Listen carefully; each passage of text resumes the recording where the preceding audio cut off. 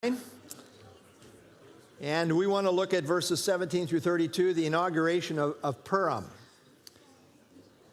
Esther chapter 9 and verses 17 through 32. And you'll note on the overhead where we're at in our outline, working through the book. Chapter 9 is where we are, the Feast of Purim instituted tonight. It's very difficult to completely destroy God's chosen people, Israel. Yea, impossible. And it's really folly to try and do so. This endeavor really is to challenge God with high-handed rebellion, showing no regard for his word, his character, or his covenant commitment to his chosen people. Now, few things could be more blasphemous than to try to destroy God's chosen people. Well, from very early on in the Bible, we have God's word that he will bless those who bless Israel, and he will curse those who curse the people of Abraham, as we find in Genesis 12:3. Yet in depraved rebellion, Satan throughout history has had people step forward, and try to prove God wrong in this regard, because it's really kind of a challenge to God and his promise to preserve this people. And people have tried to challenge God in this way, and they all, without exception, have failed. Israel is still here. Now, Esther is an Old Testament story of God's providential faithfulness to his people, Israel, really in spite of themselves. And we might say, well, yeah, that's true of Israel, but I think on a personal level, isn't that true of all of us? That God is faithful to us in spite of ourselves. Not because of us so much, really at all even, in spite of us. And that's certainly true of Israel. Who God uses in the story to accomplish his objectives of preserving his people, his covenant people, is really besides the point. And the story is really about God above all else.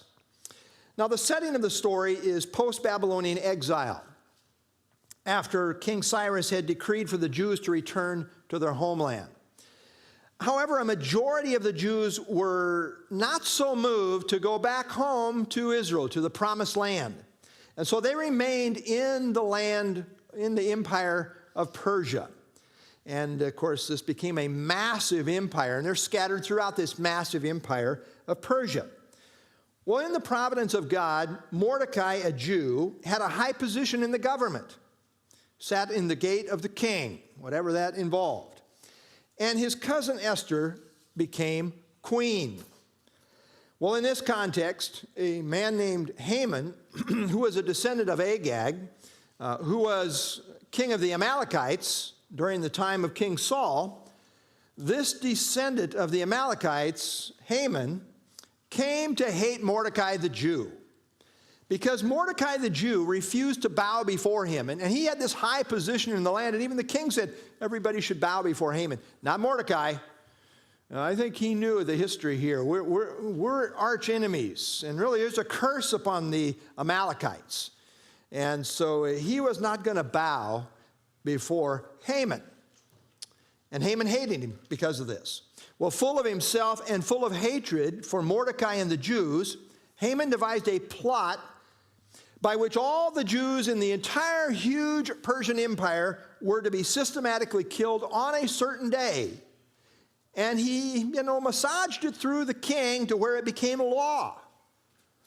The law of the Medes and the Persians couldn't be changed. Once it's law, it's law. So he was pretty happy about this. Well, in the end, the plan backfired, and the king had Haman hung on the very gallows that he had prepared for Mordecai.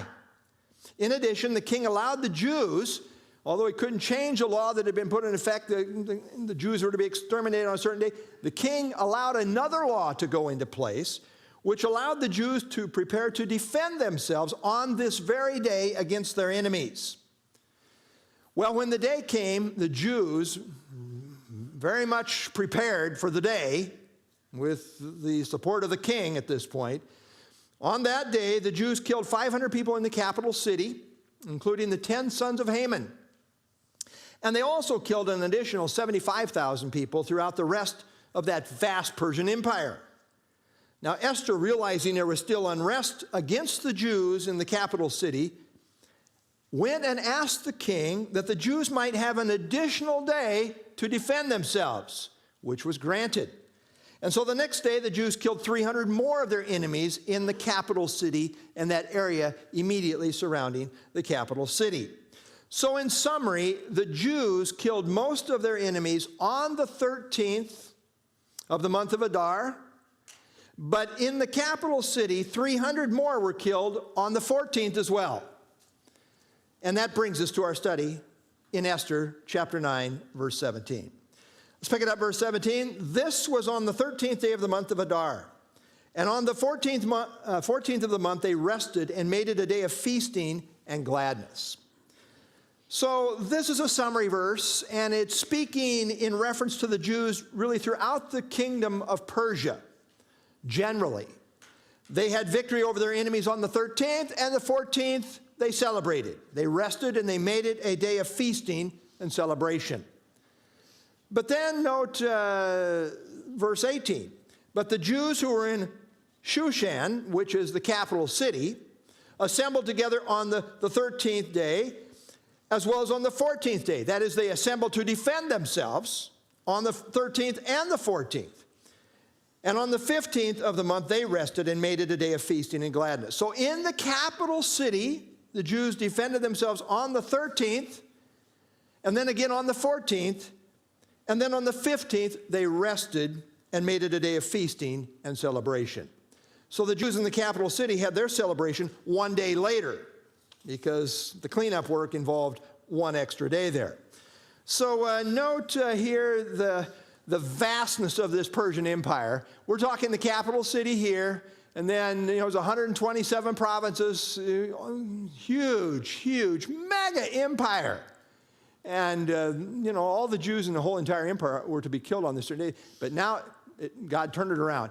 But in the capital city of Susa or Shushan, however you want to pronounce it, pronounced both ways, they took 2 days to take care of business and not just one day like the rest of the empire. Now, a footnote here, it is interesting that the Jews to this day, for the most part, celebrate Purim on the 14th. But in Jerusalem, the Jewish capital, they celebrated on the 15th. Isn't that kind of interesting? I mean, that tradition still holds to this day. Verse 19. Therefore the Jews of the villages who dwelt in the unwalled towns celebrated the 14th day of the month of Adar with gladness and feasting as a holiday, and for sending presents to one another. The word holiday literally means a good day. During the intertestamental period in the Old Testament, this day became known as Mordecai's Day, because of the official role he had in the government and the official correspondence he sent throughout the land orchestrating it. Now, the month of Adar was the 12th month on the Jewish calendar, corresponding roughly to our February, March. And so note here, the Jewish calendar, we are talking this month right here. And so on the 13th, they defended themselves. And then in the capital, they also, the 14th, and then they rested. So note that as far as the timing here. Verse 20. And Mordecai wrote these things and sent letters to all the Jews near and far who were in all the provinces of King Ahasuerus, to establish among them that they should celebrate yearly the 14th and the 15th days of the month of Adar, as the days on which the Jews had rest from their enemies, as the month which was turned from sorrow to joy for them, and from mourning to a holiday, that they should make them days of feasting and joy, sending presents to one another and gifts to the poor. Now, it's interesting, they were already doing this, but now there's kind of like this, the second in command in this massive kingdom is sending out kind of this letter to all the Jews, instructing them in regards to how they should remember this. Mordecai called on them to have an annual holiday, even instructing them on how to celebrate it. But noted very carefully that he called for a 2-day festival and not just one day. Note verse 21 that they should celebrate yearly the 14th and the 15th days. Now that's interesting. The sense seems to be here that there's concern that there might be a little bit of a schism over this. And he doesn't want schism among the Jews on when they should celebrate. Seems like kind of a foolish thing to get into an argument about, right? Special music? Anyway. People can fight over anything, including even how and when to celebrate. There's an old joke that says where you have two Jews, you have three opinions, right? And I'm not sure the Jews have a corner on this tendency, but you get the point. Even in victory, it seems that the day to be celebrated could potentially have kind of become something of a disagreement, maybe leading to a little tension among the Jews. And Mordecai used his influence to squelch this problem. He says, we're going to have a two-day festival here. And note that everyone was to be included. Even the poor are to be included in the celebration. It's to be a celebration of sorrow turned to joy, of mourning turned into holiday. And it's customary to this very day for the Jews to take food to their neighbors on the celebration of Purim, to eat tri-cornered pastries that supposedly are shaped like Haman's hat, or some say his ears. It's a major time of feasting and celebration. I mean, this is party time for the Jews, all the while humiliating the memory of Haman. So, here's just a picture of some of the things here. They dress up, wear masks. They got these pastries, like I say, three-sided. Here's a noisemaker that we'll talk about in just a moment. But so this is all part of Purim for the Jews. And like I say, it is very festive. I mean, this is a good time. This is party time for the Jews. And they really do party up. In fact, some places they've made laws where they got to kind of hold it down because they really get so carried away in their Purim feast and celebration. Verse 23, so the Jews accepted the custom, which they had begun. It had already been, started. They started this practice. It's already in place, but now they accepted kind of what's coming down from Mordecai to regulate it, as Mordecai had written to them, because Haman, the son of Hammedatha, the Agagite, the enemy of all the Jews, had plotted against the Jews to annihilate them and had cast pur, that is the lot, to consume them and destroy them. But when Esther came before the king, he commanded by letter that this wicked plot which Haman had devised against the Jews should return on his own head, and that he and his sons should be hanged on the gallows. Well, this became a celebration of how the Jews were spared and how in the process the tables were turned on Haman, who is once again described here as the enemy of the Jews. By the way, 3 times in the book he is defined and described in this way. Haman is really a type of arch enemy of the Jews, which is ultimately to be realized in the person of the Antichrist. But again, as with Haman, in the end, the Antichrist will be defeated and the Jews will be preserved. You just cannot beat God. And to take on the Jews and try to annihilate them is really to take on God. And God is up to the challenge big time. No one ever defeats the God of covenant, the God of Israel. And as I like to say, only losers take on God. And to take on Israel is to take on God. This is from the Jewish Passover liturgy.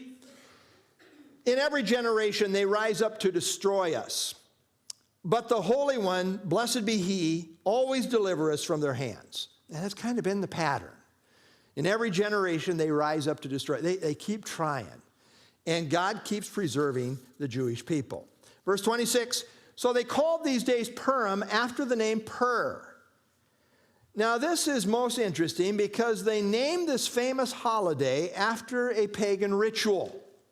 It is a holiday that was not prescribed by God, and yet it has biblical roots in the sense that the historical occasion here is rooted in what happened in relationship to the Jews and God preserving the Jewish people providentially, as we have studied. But I want to zero in for just a moment on that word pur. The word pur was an Assyrian word for lot, referring to something that was cast superstitiously in order to make a decision. And it is steeped in superstition, the whole idea of pur in the context here. And so it relates back in context here to this superstition pagan practice applied by Haman, as we saw in chapter 3, verse 7. Note back there, chapter 3, verse 7. In the first month, which is in the month of Nisan, in the 12th year of King Ahasuerus, they cast pur, that is the lot, before Haman, to determine the day and the month until it fell on the 12th month, which is the month of Adar. So the way they decided on the time when they would do this is through this superstitious casting of pur. And verse 13 gives it more specifically. And the letters were sent by couriers into all the king's provinces to destroy, to kill, annihilate all the Jews, both young and old, little children and women, in one day on the 13th day of the 12th month, which is the month of Adar, and to plunder their possessions. So we talk about pur here. These days are called Purim, after the name Pur. Purim is plural for pur, as practiced by Haman. And this is interesting, as I say, because the entire holiday is traced back to this and is named really after this pagan ritual used by Haman to determine the timeline that the Jews should be annihilated. Now, some Christians, let's talk a little application here, wonder whether it's appropriate to celebrate Christmas or Easter. And I'm sure if you've been around for very long, you know there's debates over these things. By the way, Easter I prefer to call Resurrection Sunday. But in a sense, every Sunday is Resurrection Sunday. That's why we meet on the first day of the week. That's why we're here right now, is because Christ was risen from the dead on the first day of the week, and we come in his honor weekly on the first day of the week. Well, there is much steeped in tradition and even paganism surrounding some of these Christian holidays.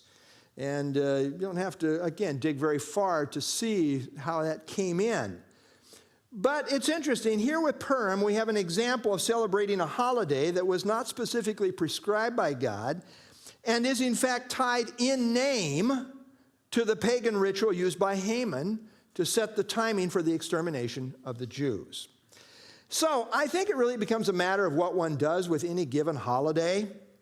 Anything can be corrupted, and you can bet that the big tent of Christendom will leaven thoroughly whatever it's dealing with, as brought out by Jesus in the parable of the leaven. The Bible says, whether you eat or drink or whatever you do, do all to the glory of God. So I personally think the coming of Christ into the world to be our Savior is worthy of celebrating, and the resurrection of Christ is something worthy of celebration. Whatever the world does, it does not really take away from the freedom that we have in Christ for such celebrations, as long as we keep it God-focused for his glory. There is one other example of a holiday practiced by the Jews that is not specifically ordained by God, and that's the issue I'm dealing with here. What if a holiday is not expressly ordained by God? Well, Purim is an example of that. There is one other example in the Scriptures. And that's the Feast of Dedication mentioned in John chapter 10, verse 22, which was also known as the Feast of Lights, or commonly called Hanukkah. That's right, Hanukkah, which means dedication.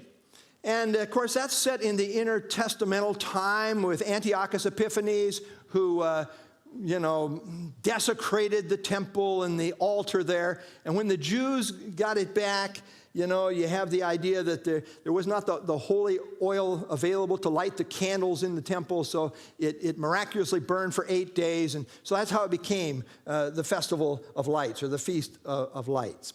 But again, this happened in that intertestamental time. There were no prophets. It was not specifically prescribed by God, but the Jews ever since then have celebrated Hanukkah, just like ever since back here in the days of Esther, they have celebrated Purim. Well, by way of precedent, by the way, Jesus attended this Feast of Lights in John chapter 10. Doesn't seem that he had a problem with it. He didn't stand up and say, this is not ordained of God. We should all go home now. that didn't happen. By way of precedent, these examples argue for the idea that God is not necessarily opposed to all holidays that are not specifically prescribed by him. Ironically, what Haman practiced as a pagan superstition was providentially overruled by God, and that is the key point. Haman superstitiously thought, there was something to this, and fate was kind of behind what was happening here in terms of Pur, in terms of luck, or in terms of fate, when in fact God sovereignly controls all. There is no such thing as luck, only providence. In Proverbs, we read this verse, Proverbs 16:33, the lot is cast into the lap, but its every decision is from the Lord. Carl Armerding says this, the book of Esther gives us a segment of the history of the Jews which is not supplied elsewhere in the Bible. For instance, it is here that we learn about the origin of the Feast of Purim, which, as we all know, is celebrated by the Jewish people to this very day. So if we didn't have this in the Bible, we'd say, what are we doing here? What's this celebration all about? Well, let's pick it up now, 26b. Therefore, because of all the words of this letter, what they had seen concerning this matter and what had happened to them, the Jews established and imposed it upon themselves and their descendants and all who would join them, that without fail they should celebrate these 2 days every year according to the written instructions and according to the prescribed time. And these days should be remembered and kept throughout every generation, every family, every province, and every city. And that these days of Purim should not fail to be observed among the Jews, and that the memory of them should not perish from among their descendants. And that has carried the day. That's true even to where we are today. This is exactly what has happened. To this very day, the Jews celebrate the demise of Haman and the deliverance of the Jews on this occasion. And they do so by reading the scroll of Esther in the synagogue, complete with all kinds of interaction. It's very animated. Whenever Haman's name, as they're reading through Esther, whenever Haman's name is mentioned, they jeer and boo. And they use loud noisemakers to drown out the sound of his name. And some will shout, let his name be blotted out, or let him be accursed. So I say this is all kind of at the expense. They're celebrating kind of at the expense of Haman. Oftentimes plays are performed reenacting the demise and the defeat of Haman. And for this holidays, the Jews often dress up with masks or various costumes. For the Jews, Purim, as I say, is party time at the expense of Haman. So note again here just some of the party emphasis here. Happy Purim. You know, we got a little bit of wine going here, the pastries, the noisemakers, you know, all kinds of costume dressing up. So, you know, it is party time. Here you go. Here's, I think, maybe Jerusalem somewhere. They're carrying on. They're having a party. Look what happened with the Jews in relationship to Haman. They have not forgotten, even to this day. Verse 29. Then Queen Esther, the daughter of Abihail, with Mordecai, the Jew, wrote with full authority to confirm this second letter about Purim. So again, evidently, there was some confusion or tension over exactly when Purim should be celebrated. So a second letter was sent with the full authority of Queen Esther and Mordecai, the prime minister, behind it. The first letter is mentioned in verse 20, and now the second letter is referenced here in verses 29 through 32.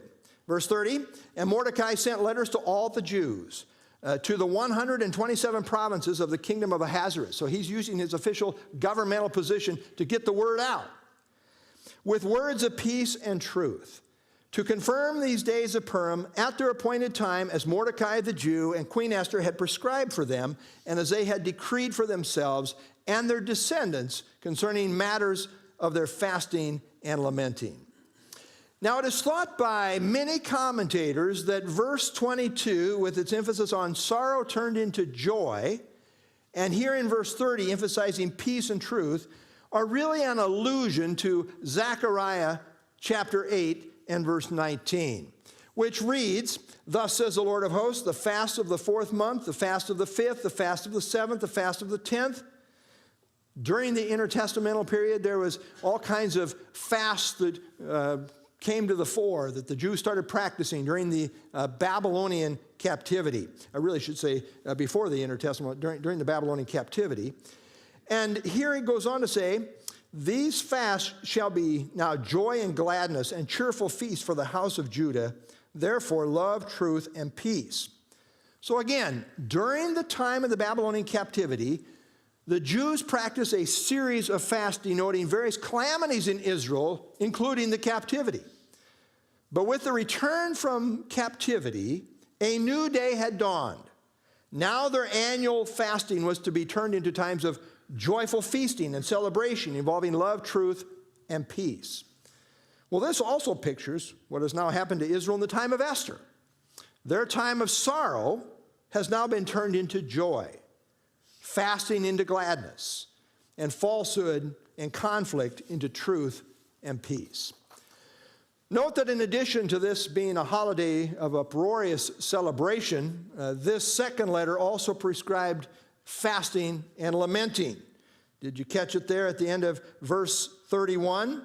And their descendants concerning matters of their fasting and lamenting.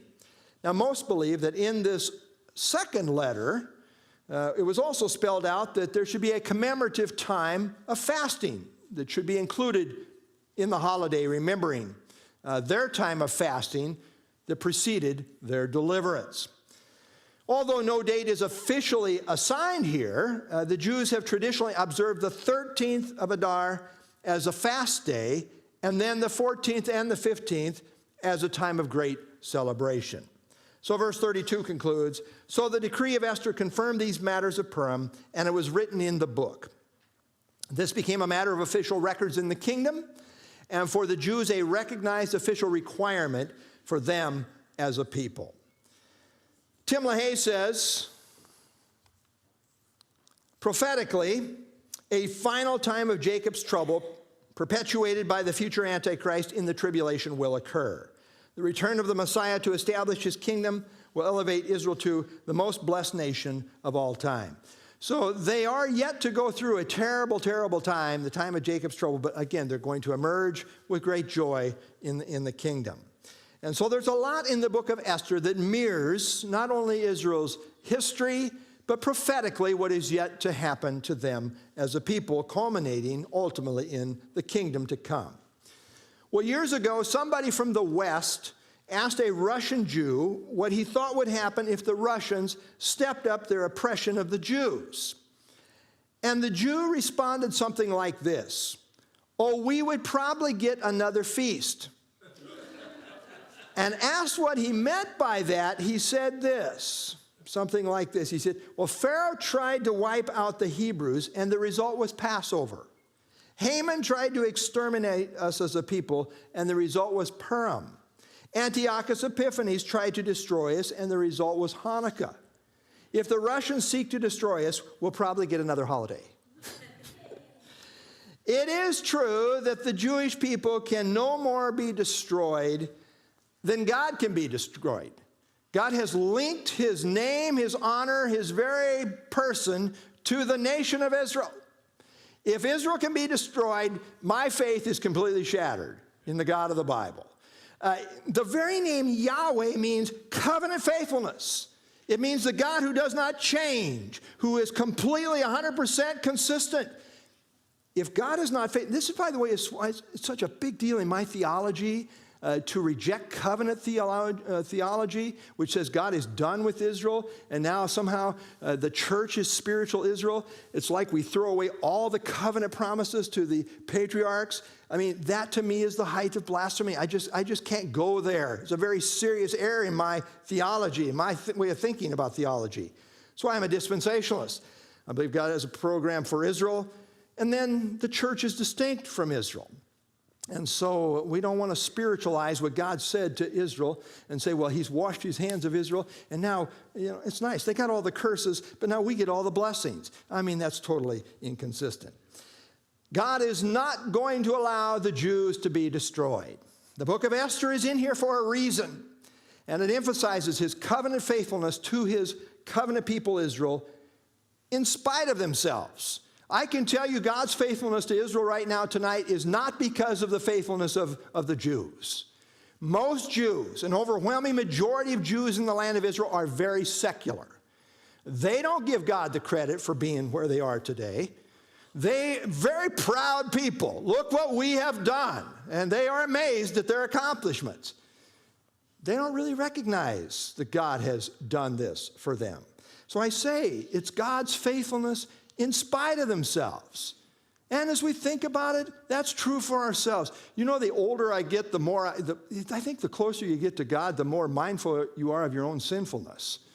and how unworthy I am within myself. I need grace, pure grace. Well, God's faithfulness is the issue, and his covenant faithfulness is always totally consistent when it comes to the nation of Israel. He has providentially preserved them to this very day. They are back in the land. By the way, Israel has to be in the land for last days prophecy to be fulfilled. For almost 2,000 years, they were out of the land. So, and people kind of come to have these weird theologies like, well, I think he's done with Israel. You know, there is no Israel. And all the things with Jerusalem, it can't be fulfilled. They're not even there in the land. Well, that's true, but it wasn't the right time. They're now back in the land.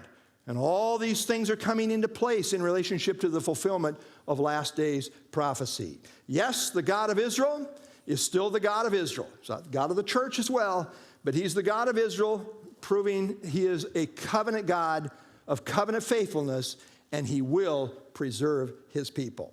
All right, we're going to have one more message, 3 verses. I'm not sure we can get a message out of that or not, but we'll try, okay? Anyway, let's stand and have our concluding song.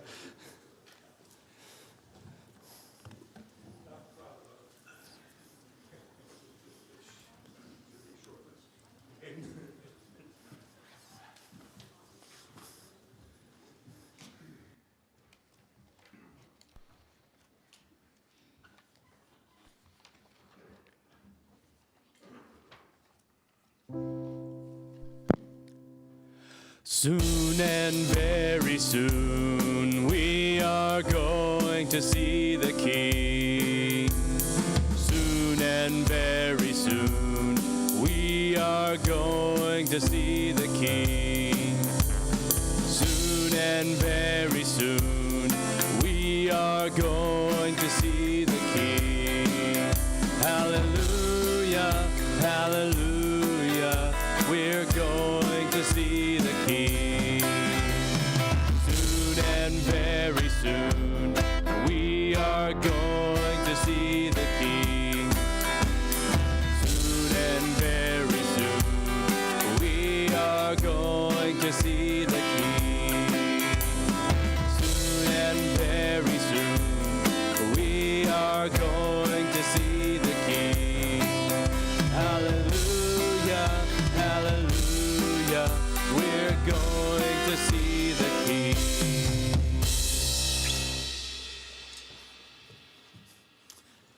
Let's pray together. Lord, we thank you for the kind of God that you are, a God of covenant faithfulness.